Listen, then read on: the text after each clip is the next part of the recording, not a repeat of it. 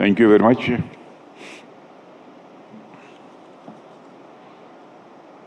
Shri Rahul Kanwal, CEO and editor in chief, और हमारे defence secretary Shri Rajesh Kumar Singh भी यहाँ पर मौजूद हैं। यहाँ मौजूद सारे हमारे इंडस्ट्री लीडर्स, पत्रकार मित्रों, देवियों व सज्जनों, एनडीटीवी डिफेंस कॉन्क्लेव में मैं दूसरी बार आ रहा हूँ। पिछली बार की तुलना में इस बार के आयोजन का स्केल मुझे कुछ बढ़ा हुआ लग रहा है। एक डिफेंस कॉन्क्लेव आयोजित करने में इससे बढ़िया टाइमिंग मैं समझता हूं कि और कोई दूसरी नहीं हो सकती है। यहाँ एक और भारत की सेनाओं ने अभी कुछ ही महीने पहले पूरी दुनिया के सामने ऑपरेशन सिंदूर के माध्यम से अपने शौर्य और पराक्रम का परिचय दिया है। वहीं दूसरी ओर पूरी दुनिया में कई स्थानों पर आज संघर्ष की स्थिति बनी हुई है। यहाँ तक कि ट्रेड को भी लेकर एक युद्ध जैसी स्थिति बनी हुई है। आज के इस डिफेंस कॉन्क्लेव की थीम है warfare in the 21st century. इस थीम के अंतर्गत किस तरह आत्मनिर्भर भारत अभियान और भारत की डिफेंस स्ट्रेटजी को मजबूत यह करने जा रहा है, इस विषय पर मुझे बोलने के लिए आमंत्रित किया गया है। विषय बहुत बड़ा है, लेकिन आप जानते हैं समय की भी मर्यादा है, इसलिए मैं अपनी बात को बहुत संक्षेप में आप सबके सामने रखने की कोशिश करूंगा। साथियों, आज जब हम सब 2025 में हैं, 21st सेंचुरी का पहला क्वार्टर पूरा कर चुके हैं, तो ऐसे में इतिहास की ओर भी एक बार हमें देखना होगा, ताकि हम अपने अतीत को सीख लेकर वर्तमान की परिस्थितियों को व्यापक दृष्टि से समझ पाएं। आप में से बहुत लोगों को वह ट्रांजिशन पीरियड याद होगा जब दुनिया 1999 से 2020 में जा रही थी। वह वर्ष मैं मानता हूं पूरी सेंचुरी का ट्रांजिशन था, और साथ ही साथ चुनौतियां क्या होती हैं यह हमें तब समझ में आता है जब पुरानी चुनौतियों से हम नई चुनौतियों की ओर बढ़ते हैं। साथियों, समय बीतने के साथ पुरानी चुनौतियां हमें छोटी लगने लगती हैं। जैसे एक समय था जब दुनिया Y2K प्रॉब्लम से जूझ रही थी। Y2K प्रॉब्लम के बारे में मैं समझता हूं कि आप सभी अच्छी तरह परिचित होंगे, सुना होगा या पढ़ा होगा, जो एक कंप्यूटर ग्लिच था जिसमें वर्ष 2000 के बाद कई कंप्यूटर सिस्टम के फेल हो जाने की आशंका थी। उस समय वह मुद्दा बहुत बड़ा था, लेकिन आज पीछे मुड़कर देखें तो हमें समझ में आता है असली चैलेंजेस कहीं उससे बड़े थे।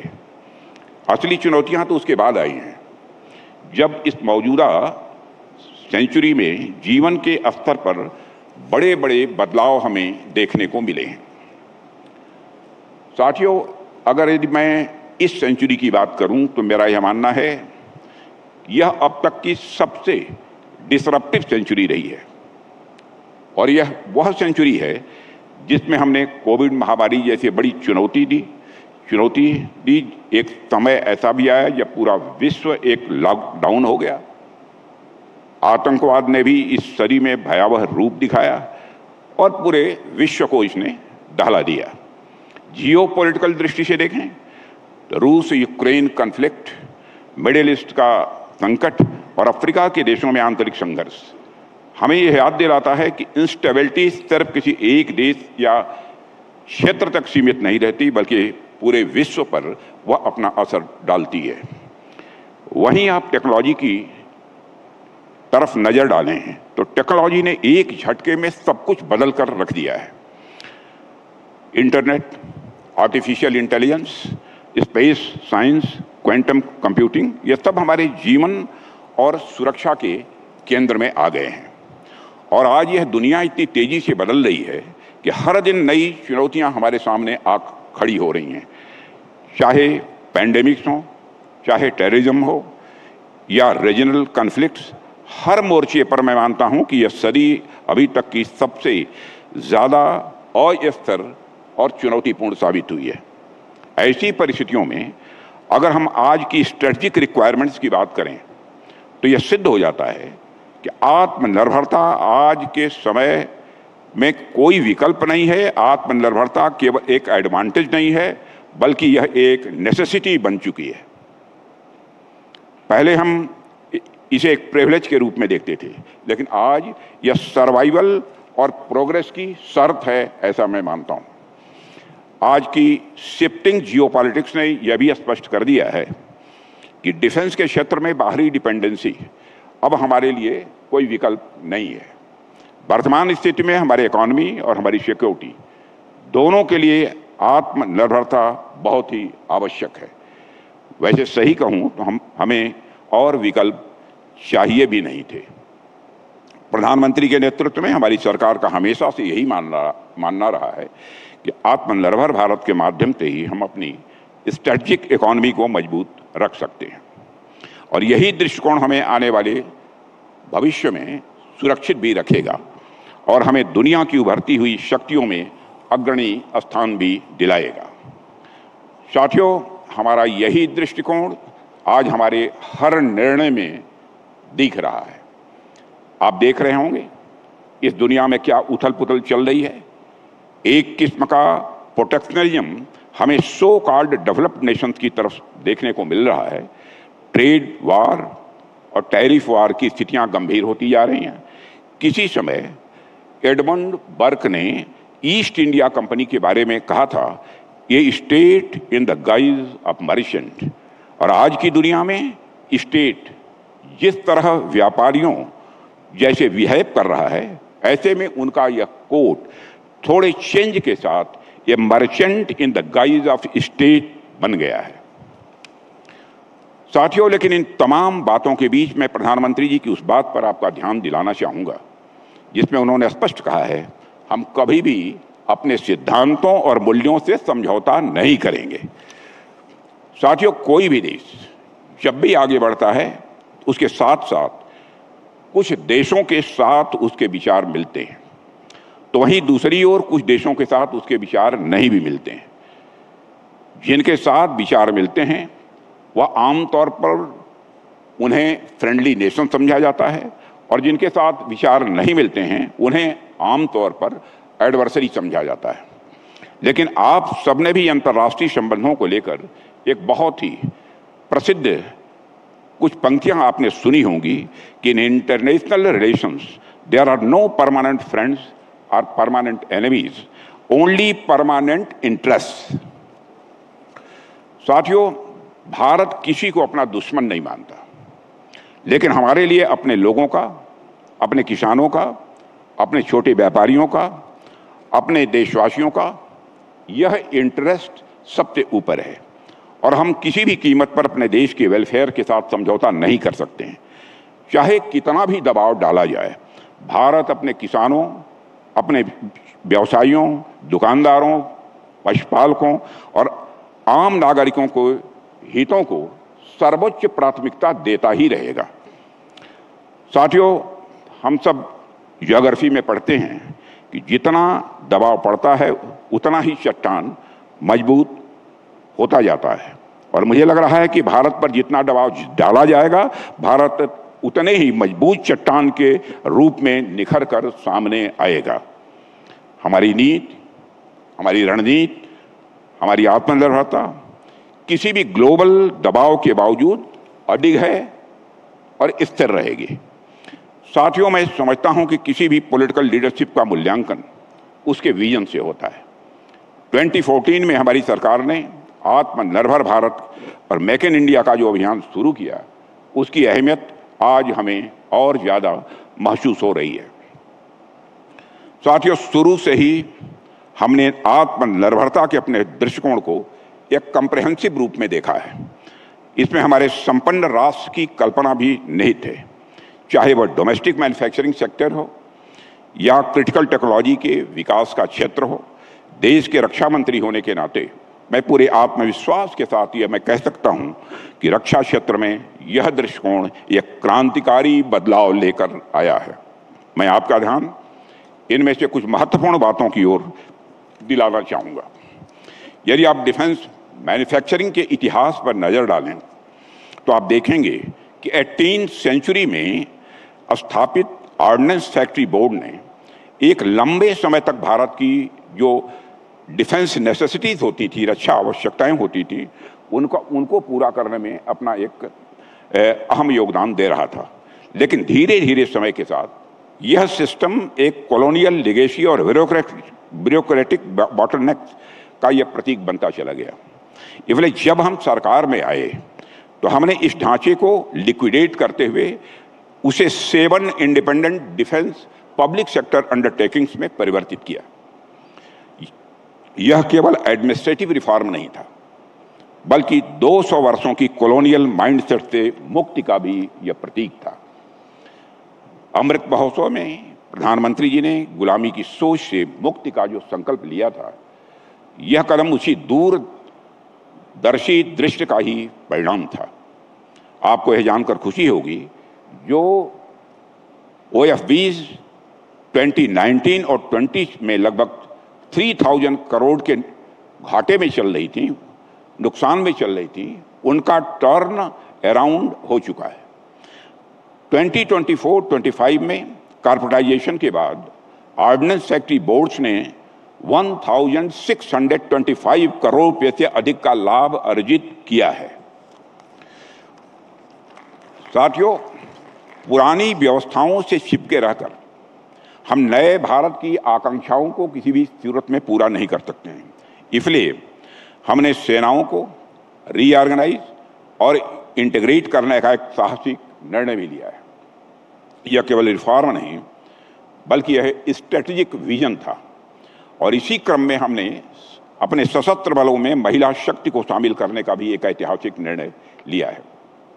आज हमारे देश की बेटियां समुद्र की लहरों में नौसेना की ताकत को बढ़ा रही हैं, आसमान में लड़ाकू विमानों की कॉकपिट संभाल रही हैं, पहाड़ों और जंगलों में दुश्मन से मोर्चा ले रही हैं और रेगिस्तान की तपिश में भी भारत के तिरंगे की वह रक्षा कर रही हैं।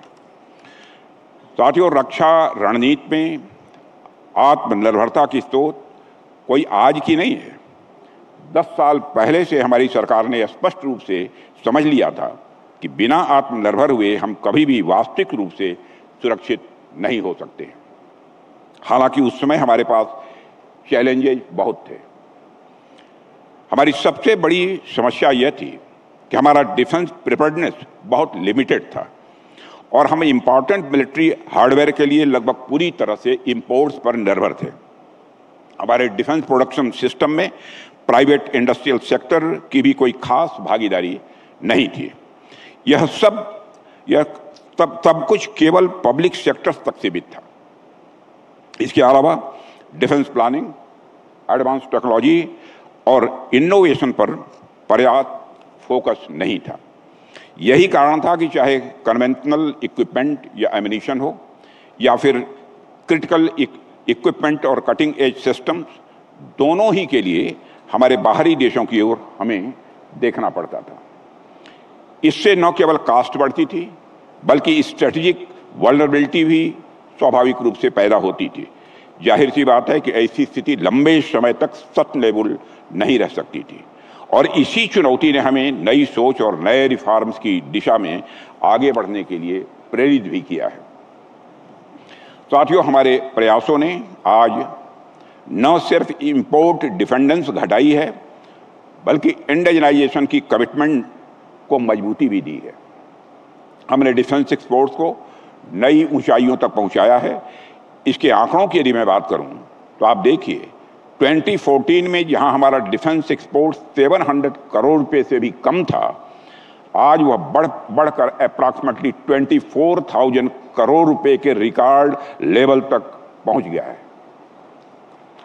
और यह दिखाता है कि भारत अब केवल बायर नहीं है, बल्कि भारत अब एक्सपोर्टर बन चुका है।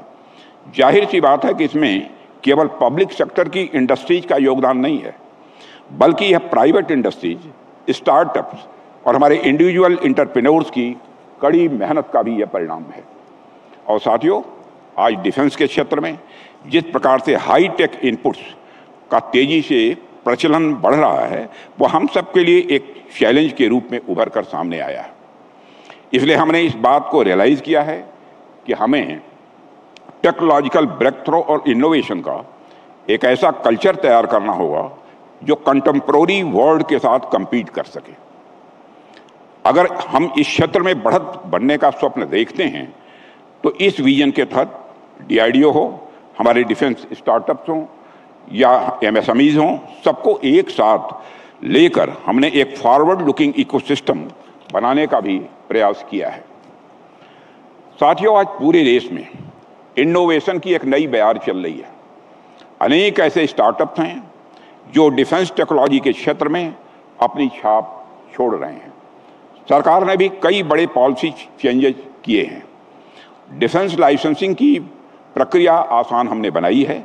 FDI की सीमा 74% तक बढ़ाई है और मेक इन इंडिया की प्रक्रिया को भी हम लोगों ने सरल किया है। उत्तर प्रदेश और तमिलनाडु में डिफेंस इंडस्ट्रियल कॉरिडोर्स स्थापित किए गए हैं और डिफेंस इंडस्ट्रियल कॉरिडोर के अच्छे परिणाम देखने को मिल रहे हैं। इसकी पूरी संभावना है कि हम इन कॉरिडोर्स को अन्य राज्यों में भी एक्सपेंड करें। इस संभावना को भी नकारा नहीं जा सकता है। और साथियों, अब तक हमने रक्षा के क्षेत्र में आत्मनिर्भरता को बढ़ावा देने के लिए कई पॉजिटिव इंडिजिनाइजेशन लिस्ट भी जारी की है, जिसके अंतर्गत यह फैसला किया गया है कि करीब 5,500 से अधिक ऐसी वस्तुएं अब इंपोर्ट नहीं की जाएंगी, बल्कि उन्हें एक तय सीमा के अंदर भारत में ही, भारत की धरती पर ही उन्हें बनाया जाएगा। और आपको यह जानकर खुशी होगी कि अब तक 3,000 से अधिक आइटम्स जिन्हें पहले इंपोर्ट किया जाता था, अब भारत में स्वदेशी रूप से बनाई जा रही हैं और वारशिप्स के निर्माण में भी हम पूरी तरह आत्मनिर्भर हो चुके हैं। साथियों, मुझे ये बताते हुए खुशी हो रही है कि अब हम अपने सारे वारशिप्स अपने देश में, अपनी जमीन पर ही बना रहे हैं। साथियों, सारे कदम सिर्फ सिंबॉलिक नहीं है, बल्कि यह उस नए भारत के निर्माण की नींव है जो अपनी सुरक्षा को व्यापक दृष्टिकोण से देखता है। डिफेंस सेक्टर आज इनोवेशन, टेक्नोलॉजी, मैन्युफैक्चरिंग और इकोनॉमिक सिक्योरिटी का एक इफिशिएंट इकोसिस्टम बन चुका है और यही वह सोच है जो भारत को आत्मनिर्भरता की ओर ले जाते हुए विश्व मंच पर एक निर्णायक शक्ति के रूप में स्थापित कर रही है। साथियों, आमतौर पर हम ये पहले से सोच कर चलते हैं कि डिफेंस सेक्टर केवल बॉर्डर और सुरक्षा का क्षेत्र है। आम सोच तो यही रहती है कि डिफेंस सेक्टर सिर्फ सीमाओं की रक्षा और सैन्य बल की मजबूती तक ही यह सीमित है, परंतु वास्तविकता इससे कहीं अधिक व्यापक है। आज रक्षा क्षेत्र न केवल राष्ट्रीय सुरक्षा का आधार है, बल्कि हमारी इकोनॉमी को सशक्त बनाने और उसके भविष्य को सुरक्षित रहने वाला स्तंभ भी यह बन चुका है। यह केवल लोगों की सुरक्षा, जमीन की सुरक्षा या बॉर्डर्स की रक्षा भर नहीं है, बल्कि हमारी पूरी इकोनॉमी के संरक्षण और सुरक्षा का भी जिम्मेदार यह सेक्टर बन रहा है। साथियों, आज के समय में defence sector jobs creation, manufacturing ecosystem और हाई इन टेक्नोलॉजी इनोवेशन का एक महत्वपूर्ण और बड़ा जनरेटर है। भारत में लाखों लोग defence manufacturing, research and development और एलाइड इंडस्ट्री से प्रत्यक्ष और अप्रत्यक्ष रूप से जुड़े हुए हैं। आप देखिए कि कुछ समय पहले तक तो डिफेंस सेक्टर में किए गए इन्वेस्टमेंट को ओवरऑल इकोनॉमी का हिस्सा तक नहीं माना जाता था। इसे मात्र नेसेसरी एक्सपेंडिचर के तौर पर ही देखा जाता था और सिक्योरिटी पर हुए इन्वेस्टमेंट का कोई इकोनॉमिक असेसमेंट भी नहीं होता था। लेकिन आज कैपिटल और टेक्नोलॉजी के बड़े वेक्टर के रूप में डिफेंस एक एक्सपेंडिचर का विषय नहीं रहा है, बल्कि अपने फॉरवर्ड और बैकवर्ड लिंकेजेस के कारण यह इकोनॉमिक्स का विषय बन चुका है, जिसे हम डिफेंस इकोनॉमिक्स का टाइटल दे सकते हैं। साथियों, जिस प्रकार से ऑटोमोबाइल या आईटी सेक्टर अर्थव्यवस्था को गति देते हैं, उसी तरह डिफेंस सेक्टर भी आज एक ग्रोथ मल्टीप्लायर की भूमिका निभा रहा है। जैसा कि मैंने पहले भी कहा है कि डिफेंस मैन्युफैक्चरिंग में प्राइवेट सेक्टर का योगदान भी लगातार यह बढ़ता जा रहा है। यह केवल नेशनल सिक्योरिटी के दृष्टिकोण से नहीं, बल्कि इकोनॉमिक सेल्फ रिलायंस के दृष्टिकोण से भी एक गेम चेंजर है, ऐसा मैं मानता हूं। साथियों, मैं आपके सामने स्कीम्स तो नहीं गिनाना चाहता, लेकिन इतना जरूर बतलाना चाहता हूं कि आज भारत ने 1.5 लाख करोड़ रुपए से अधिक का डोमेस्टिक डिफेंस प्रोडक्शन हासिल कर लिया है, जो अपने आप में एक रिकॉर्ड है। बड़ी बात यह है कि इसमें चौथाई योगदान 1/4 कंट्रीब्यूशन ये प्राइवेट सेक्टर का है, और यह अचीवमेंट केवल वास्तविकता भर नहीं है, बल्कि एक नए उभरते हुए भारत की यह तस्वीर है, ऐसा मैं मानता हूं। जैसा कि हम सभी अनुभव करते हैं कि कोई भी इकोसिस्टम तभी मजबूत बनता है जब उसमें सभी स्टेक होल्डर्स का कंट्रीब्यूशन हो। Public sector, private sector, startups, innovators, policy makers सभी मिलकर इस यात्रा को आगे बढ़ा रहे हैं, और यही सिनर्जी भारत को 100% आत्मनिर्भर बनाएगी। और मैं इस बात को और भी बल देकर कह सकता हूं कि अभी हाल ही में हमने ऑपरेशन सिंदूर के दौरान अपनी डिफेंस कैपेबिलिटी और प्रिपेयर्डनेस का एक नमूना देखा है। हमारी फोर्सेज ने अपने स्वदेशी इक्विपमेंट के साथ अपने टारगेट्स पर जिस प्रकार पॉजिटिव स्ट्राइक्स किया है, वह दिखाता है कि एक विजन, लंबी तैयारी और कोऑर्डिनेशन के बिना कोई भी मिशन सफल नहीं हो सकता है। साथियों, ऑपरेशन सिंदूर दिखने में तो केवल कुछ दिनों का युद्ध और भारत की विजय तथा पाकिस्तान की पराजय की कहानी यह लगती है, लेकिन उसके पीछे वर्षों की रणनीतिक तैयारी और डिफेंस प्रिपेयर्डनेस की एक लंबी भूमिका रही है। जैसे कोई एथलीट दौड़ में कुछ सेकंड में जीत हासिल कर लेता है, लेकिन उसके पीछे महीनों सालों की उसकी कड़ी मेहनत होती है, वैसे ही हमारी फोर्सेज ने अपनी वर्षों की तैयारी, कड़ी मेहनत और स्वदेशी उपकरणों के साथ चुने हुए लक्ष्यों को प्रभावित किया है। साथियों, बरसों की तपस्या रंग लाती है। पोखरण 1998 का जो न्यूक्लियर टेस्ट हुआ है, उसके बाद जो प्रतिबंध और चुनौती हमारे सामने आई थी, उसे हमने अपनी स्वदेशी एडवांस टेक्नोलॉजी से लैस aircraft carrier, fighter jet, radar system, missile system, drone के माध्यम से पार किया है। यह केवल हमारी सैन्य क्षमता की ताकत ही नहीं दिखाता, बल्कि हमारी टेक्नोलॉजी और इंडस्ट्रियल स्ट्रेंथ का भी एक उत्कृष्ट उदाहरण है। आज पूरी दुनिया जान चुकी है कि भारत महज कुछ ही मिनटों में दुश्मन को मात दे सकता है, लेकिन मैं यह साफ कहना चाहता हूं कि ये आइसोलेटेड एफर्ट्स नहीं है, ये सब एक ज्वाइंट और इंटीग्रेटेड विजन का हिस्सा है। हमारा मकसद ये है कि भारत की डिफेंस आर्किटेक्चर किसी अनसर्टेन फॉरेन इंटरफेरेंस और डिपेंडेंट न रहे, बल्कि हमारे अपने लोगों की कैपेबिलिटीज पर यह पूरी तरह से आधारित हो। यह हमारी कोशिश है। इसके लिए हमने इंडस्ट्री और एकेडमिया को भी एक्टिवली इंगेज किया है। आज Indian institute of technology, Indian institute of science और दूसरे बड़े रिसर्च इंस्टीट्यूट्स के साथ हम कई रिसर्च इनिशिएटिव्स भी चला रहे हैं। इसके लिए आर्म फोर्सेस की इंडिजिनस रिसर्च और डेवलपमेंट बजट को भी बढ़ाया गया है। इसको और अधिक बढ़ाने पर हम गंभीरतापूर्वक इस समय विचार कर रहे हैं। साथियों, इसके अलावा हम आईडेक्स प्लेटफॉर्म्स पर भी इंडस्ट्रीज की एक्टिव पार्टिसिपेशन देख रहे हैं।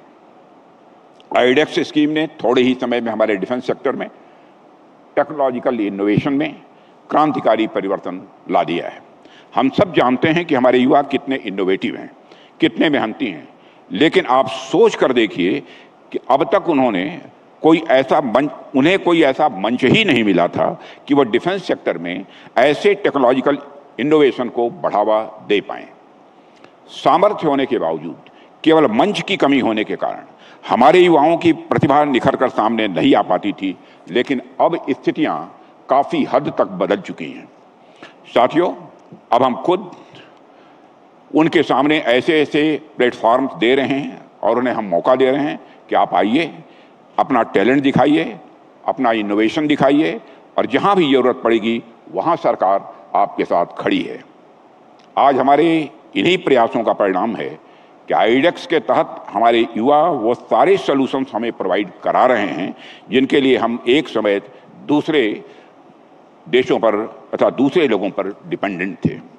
साथियों, चाहे नए प्रोडक्ट्स डेवलप करना हो या पहले से एग्जिस्टिंग प्लेटफॉर्म्स में टेक्नोलॉजिकल इनपुट्स को बढ़ाना हो, हम डिफेंस सेक्टर में लगातार इन चीज़ों पर इस समय ध्यान दे रहे हैं। परंतु आज इस महत्वपूर्ण मंच से मैं कुछ गेम चेंजिंग प्लेटफॉर्म्स की बात आपके सामने जरूर करना चाहूँगा। साथियों, आप सबने सुना होगा, प्रधानमंत्री जी ने लाल किले के प्राचीर से स्वतंत्रता दिवस के अवसर पर सुदर्शन चक्र मिशन की बात की है, जिसके तहत आने वाले 10 सालों में देश के सभी महत्वपूर्ण स्थानों को कंप्लीट एरियल सिक्योरिटी प्रदान की जाए, और एक ऐसी सिक्योरिटी जो डिफेंसिव और ऑफेंसिव दोनों ही टेक्नोलॉजी से लैस हो। जैसा कि हमने ऑपरेशन सिंदूर के दौरान देखा, आज के युद्धों में एयर डिफेंस कैपेबिलिटी का महत्व भी काफी हद तक बढ़ गया है। ऐसे में सुदर्शन चक्र मिशन निश्चित रूप से इस दिशा में एक गेम चेंजिंग साबित होने वाला है। इसके लिए पहला कदम तो हमने यही उठाया है कि अभी 23 अगस्त 2025 को DRDO द्वारा indigenous integrated air defence weapon system का सफलतापूर्वक परीक्षण कर लिया गया है, जिसके बारे में समाचार पत्रों में भी आपने पढ़ा होगा। और इस परीक्षण ने अपने मिशन को सफलतापूर्वक पूरा करते हुए एक साथ 3 टारगेट्स को अपना निशाना बनाया है। और इस सिस्टम के लॉन्च होने से मैं गर्व के साथ कह सकता हूं कि प्रधानमंत्री जी के सुदर्शन चक्र का जो संकल्प है उसे साकार करने की दिशा में हम काम शुरू कर चुके हैं। हालांकि सुदर्शन चक्र को पूरी तरह एक्टिवेट करने में अभी समय लगेगा, मगर रक्षा मंत्रालय ने अपने कदम आगे बढ़ा दिए हैं। साथियों, एक और नया प्रयास हम देश के अंदर स्वदेशी एरो इंजन के डेवलपमेंट का भी कर रहे हैं। एक लंबे समय से इस क्रिटिकल एरिया में कुछ बहुत अधिक सफलता हमें नहीं हासिल हो पाई थी, लेकिन अब हमने वह बीड़ा उठाया है कि हम एक शक्तिशाली एरो इंजन को डेवलप और मैन्युफैक्चर करेंगे। और मुझे आपको यह बताते हुए खुशी हो रही है कि इस संदर्भ में हमारी तैयारी लगभग पूरी हो चुकी है और शीघ्र ही इसके लिए कार्य जमीनी स्तर पर आपको दिखने लग जाएगा। साथियों, एक समय था जब डिफेंस सेक्टर से जुड़े इक्विपमेंट को लेकर हमसे यह सवाल होता था, कैन वी बिल्ड दिस? लेकिन अब यह सवाल बदल गया है। अब सवाल पूछा जाता है, how soon can you B diploid? एक और उदाहरण मैं आप लोगों के सामने रखना चाहूंगा।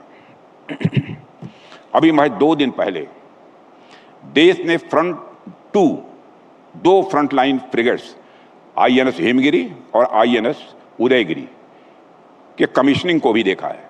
मैं स्वयं उसकी कमीशनिंग के लिए गया था। एडवांस वेपन सेक्टर और कॉम्पैक्ट मैनेजमेंट सिस्टम और इलेक्ट्रॉनिक वारफेयर से लैस ये स्टील्थ वारफेयर शिप्स पूरी तरह से भारत में बनाई गई है।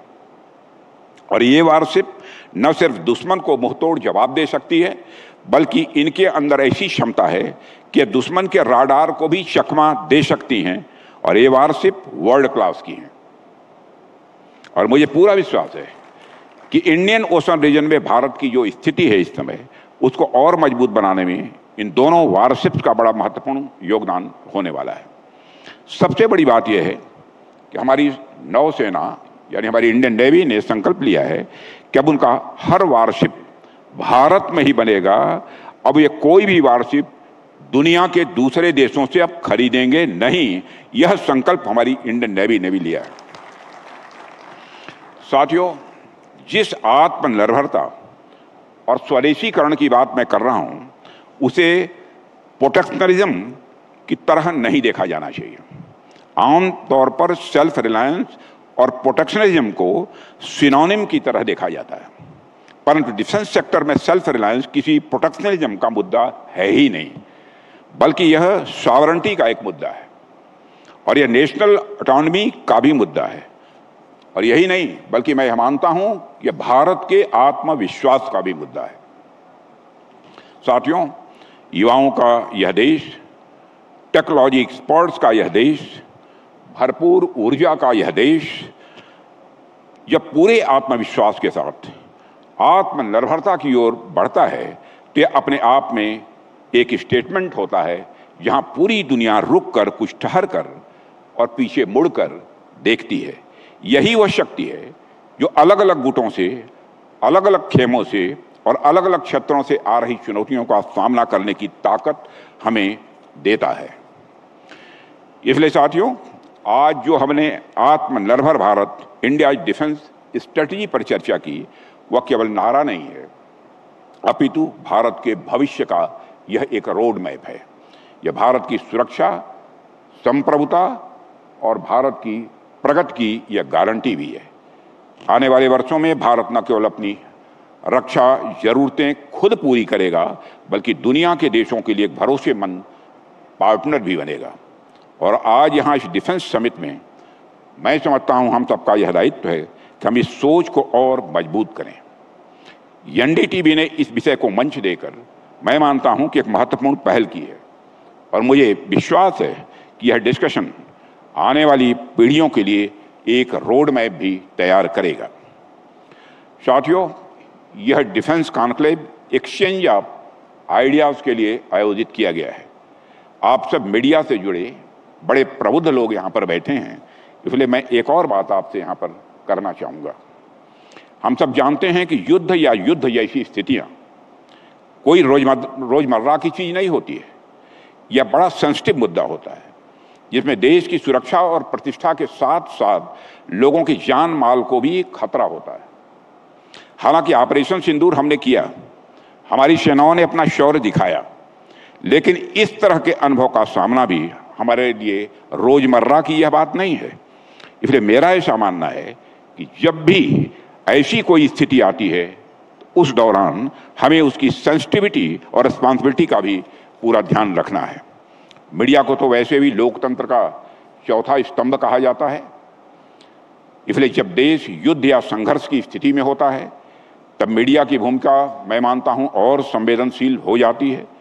आप सबकी एक छोटी सी रिपोर्ट लाखों लोगों के मनोबल को ऊपर उठा सकती है और कभी कभी अनजाने में मनोबल को चोट भी पहुंचा सकती है। अनजाने की बात मैं कर रहा हूँ, अनजाने में चोट भी पहुंचा सकती है। ऐसे में एक छोटी सी चूक भी हमारे सैनिकों के जीवन और हमारी रणनीति पर यह भारी पड़ सकती है। इसलिए मेरी आप सबसे यही अपेक्षा है कि युद्ध काल या युद्ध जैसी परिस्थितियों में मीडिया अपनी आज़ादी के साथ साथ अपनी जिम्मेदारी का भी ध्यान रखे। आज़ादी और जिम्मेदारी यदि दोनों अगर साथ साथ चलें तो मीडिया और लोकतंत्र के प्रहरी होने के साथ साथ देश की सुरक्षा का भी प्रहरी मीडिया बन जाता है। इन्हीं विचारों और शुभकामनाओं के साथ मैं आयोजकों के प्रति मैं आभार प्रकट करता हूं कि आपने मुझे इस कार्यक्रम में आमंत्रित किया। सम्मेलन की सफलता की कामना करते हुए मैं यहीं पर अपनी बात को समाप्त करता हूं। आप सबको बहुत बहुत धन्यवाद।